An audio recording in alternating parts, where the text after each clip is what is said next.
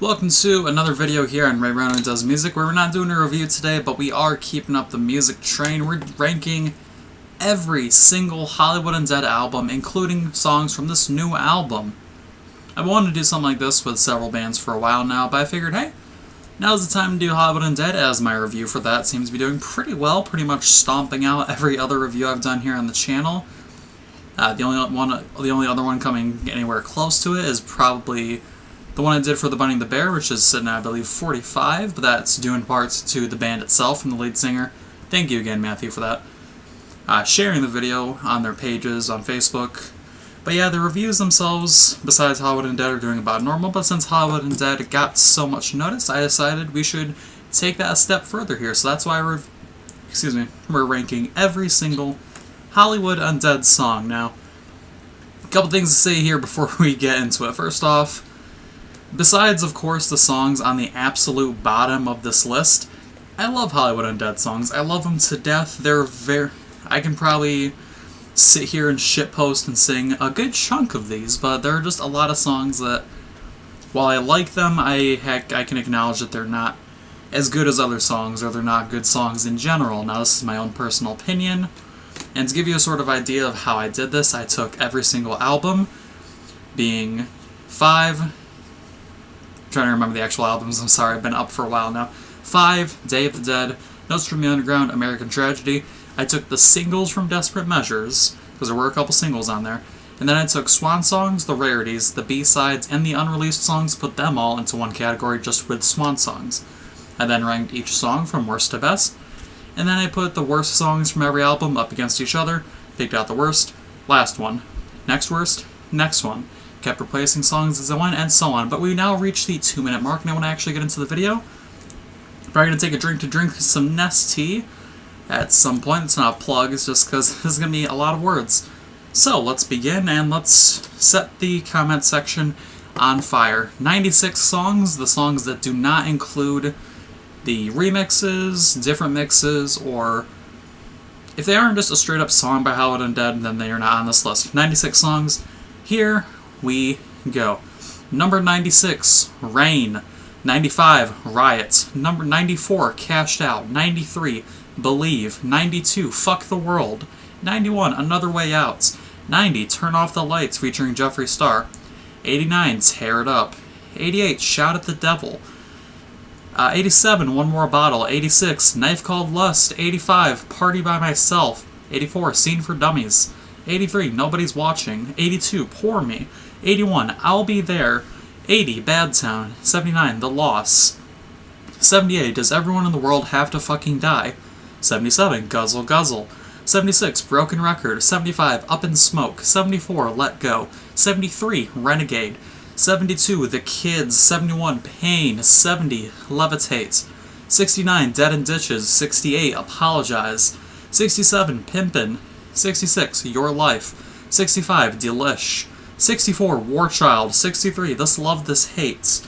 62, Gangsta Sexy. 61, Christmas in Hollywood. That one hurt me a lot, keep that in mind. Nesty break. Bless the fuck up. 60, Dub and Grenade. 59, El Urgencia. 58, Lights Out. 57, Pray, Put 'Em in the Dirt. 56, Circles. 55, Coming Back Down. 54, Young. 53, Glory. 52, Bitches. 51, Bang Bang. 50, California.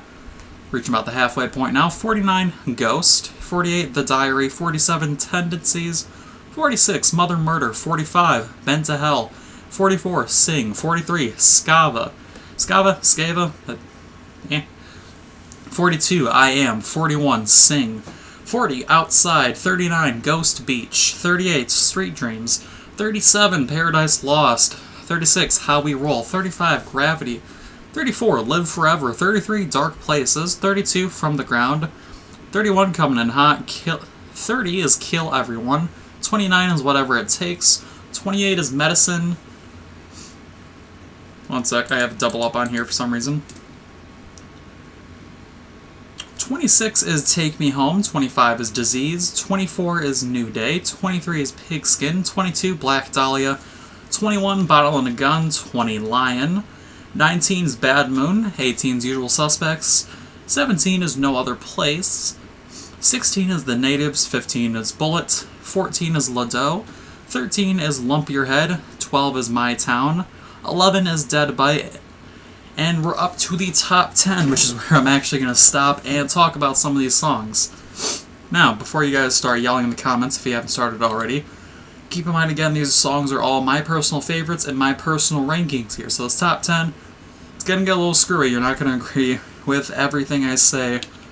But regardless, here we go. Number 10, Black Cadillac. Now this song was a very much a surprise for me when I saw the track listing for 5 when I heard the song. Just for the first time, because I figured this is their first song where they have a feature. Their first song since Swan Song, since they started, that has a feature from outside of their band.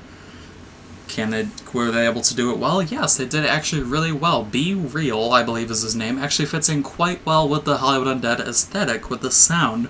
And the song itself is very indicative of what Hollywood Undead is about. It's just this sort of chill. There is the party, there is the hype, but there's also the chill, methodical rapping that the song like this can put out there. Number 9, City. Now this song, we will go from chill to just plain destructive on lyrical parts and sensitivity. City is the song that really made me fall in love with Hollywood Undead because it was the first song I listened to, and the song that, honestly, I remember freshman year, my teacher in, I believe it was Freshman Forward, which is essentially a sort of, it's hard to explain. You sort of talk about yourself. It's like counseling, but a class, essentially. And the counselor was like, give us a song that you feel is important to you. And me, being the cringy little emo fuck I picked City because I loved the song. But City very much is a classic Hollywood Undead song, almost quintessential if I could say so myself. Number 8, Sell Your Soul. Now if you want to talk about hype and energy, Sell Your Soul is the song for it. If you look on the Desperate Measures live CD, Sell Your Soul is the second song they play, I believe, where it really gets the energy flowing. Everybody on the stage, everyone in the crowd, everybody is just excited and ready to get the party started with this song. It's one of my personal favorites. It's actually my favorite off of the entire Swan Songs album. Although you will see some Swan Song songs above this one. Swan Song songs, really. Just because, as much as I love Sell Your Soul, I do recognize that commercially and critically there are just some better songs out there. Number 7, California Dreaming. This song was the lead single for their new album 5, and very much set the tone for what people were ready to just both condemn as the worst album to come before it came out, and as one of their best ones before it came out, because this was it's sort of, you follow a certain track as a Hollywood Undead fan. You hear the initial lead single, and you get excited. Lead singles like Dead Bite, Day of the Dead, I believe Bend to Hell was the lead single for American Tragedy. You always get... Really? My Xbox just did some stuff. You always get this sort of hype and feeling that this album is going to be different. This is going to be the hard rock album you finally get with Hollywood Undead. Granted, you never really get that because Hollywood Undead likes to mix a bunch of elements together. This song brought forth that expectation once again, and for once, this album overall was one where the expectation was met and balanced out. Number 6, Hear Me Now. If you want to talk about a song that gets stuck in your head repetitively over and over, that gets radio play, that's liked by both critics and fans alike, or unless you're just a Swan Songs purist, you just hate it with all your heart, because it's Danny, it's not Deuce. Oh, shut the fuck up. Hear Me Now is honestly one of their not only most commercially successful songs, one of their most streamed songs, but one of their more popular songs, both in the live and in the live scene, and again on streaming services such as Spotify or YouTube. And that's for a reason. You have Johnny Three Tears going out on the usual ballad, you have a part from Charlie's Scene, I believe, and you have Danny's now signature lyrics belting out the chorus. Number 5, Day of the Dead. Oh, where this could have gone for this album. Day of the Dead is the best lead single I have ever heard from Hollywood Undead, with a music video to match the hype, match the energy and the expectations. It had everything set for what could have been the best Hollywood Undead album, to beat out Swan Songs, to beat out Notes from the Underground, but it just did not deliver, and the rest of the album was very much a disappointment. But this song stood out as not only the strong feature on the album, but a strong feature in the general discography of Hollywood Undead. Number 4, you knew this was coming.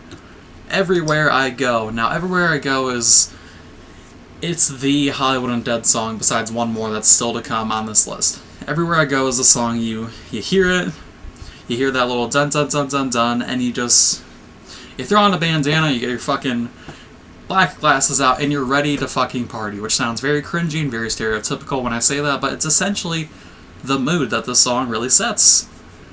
Because that's just what Hollywood Undead is. You gotta wake up, grab beer, shave beard, put on some scene gear, you know?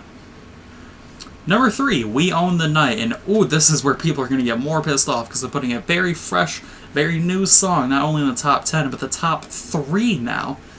We Own the Night, to me, was stronger on the scale for this new album. If you go back to my review I actually did for 5, I noted that it was one of the songs that delivered on the expectations put out with this album.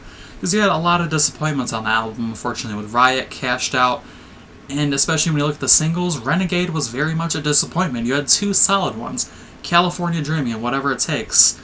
Then when you put out so many singles, you're honestly going to get the disappointment, and that was Renegade, and people were afraid that trend was going to follow once again with We Own the Night, but it very much did not.